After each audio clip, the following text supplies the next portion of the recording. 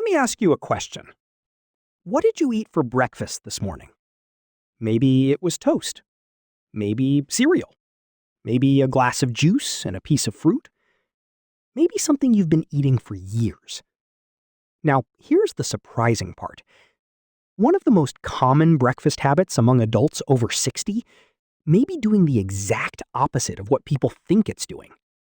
Instead of helping your body stay strong, it may be accelerating fatigue, increasing muscle loss, making energy crashes more likely, and leaving you hungrier just a few hours later. The strange thing is that many people believe they're making a healthy choice. That's what makes this conversation so important. Because after 60, your body doesn't respond to food the same way it did at 30. And a breakfast that once worked perfectly well may no longer be serving you. What most people don't realize is that the biggest breakfast mistake isn't necessarily eating the wrong food. It's missing something your body needs more of than ever. We'll talk about that in a moment. But first, I want to explain why this matters. Because the effects often show up in ways people don't connect to breakfast at all. They notice less energy. They feel weaker than they used to. They recover more slowly. They get hungry sooner. They assume it's simply aging.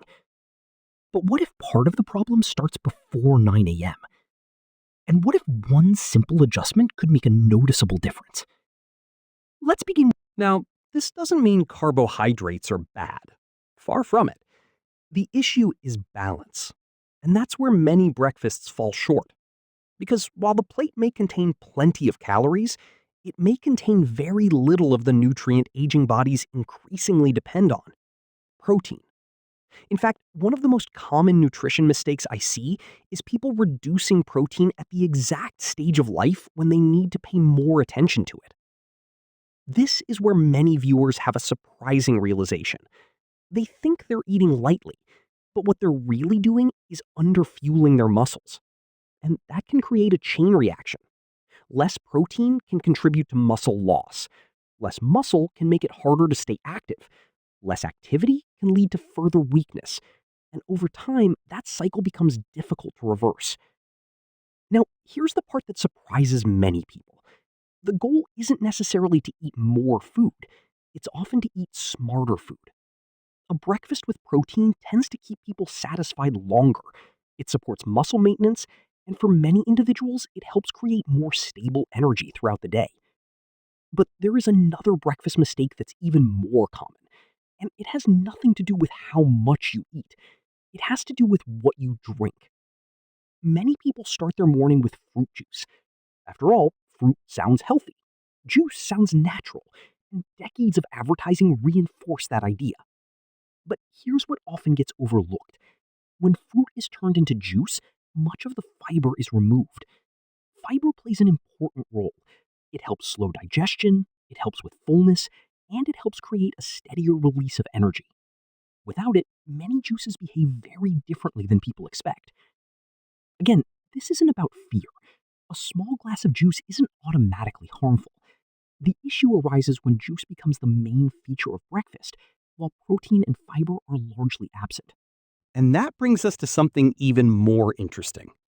Because many people assume breakfast is the most important meal of the day.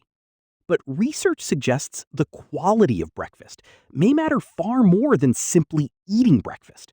That's a very different conversation.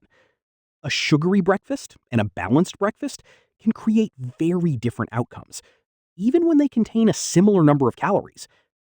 And that leads us to a misconception I hear all the time. People say, I don't eat much, so why am I gaining weight? The answer isn't always about quantity.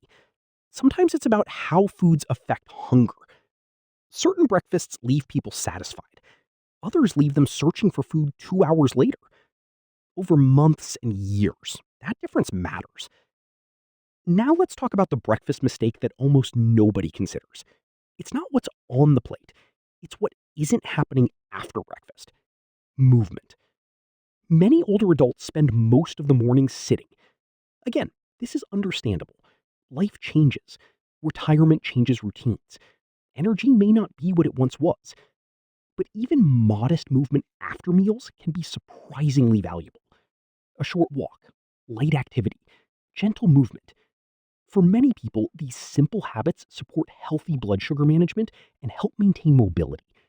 You don't need intense exercise. You don't need a gym membership. Consistency matters more than intensity. And that's encouraging news because it means meaningful improvements don't always require dramatic changes. Now, before we continue, I want to acknowledge something important. Every person is different. Health conditions differ, medications differ, nutritional needs differ. There is no single breakfast that's perfect for everyone. Be cautious of anyone claiming there is. The goal isn't perfection. The goal is awareness. And awareness leads to better decisions. Which brings us to perhaps the most important point in this entire discussion. The real breakfast mistake isn't cereal, or toast, or juice. The real mistake is assuming your body has the same needs today that it had 30 years ago. That assumption quietly causes problems, because aging changes the rules. The body changes, muscles change, metabolism changes. Recovery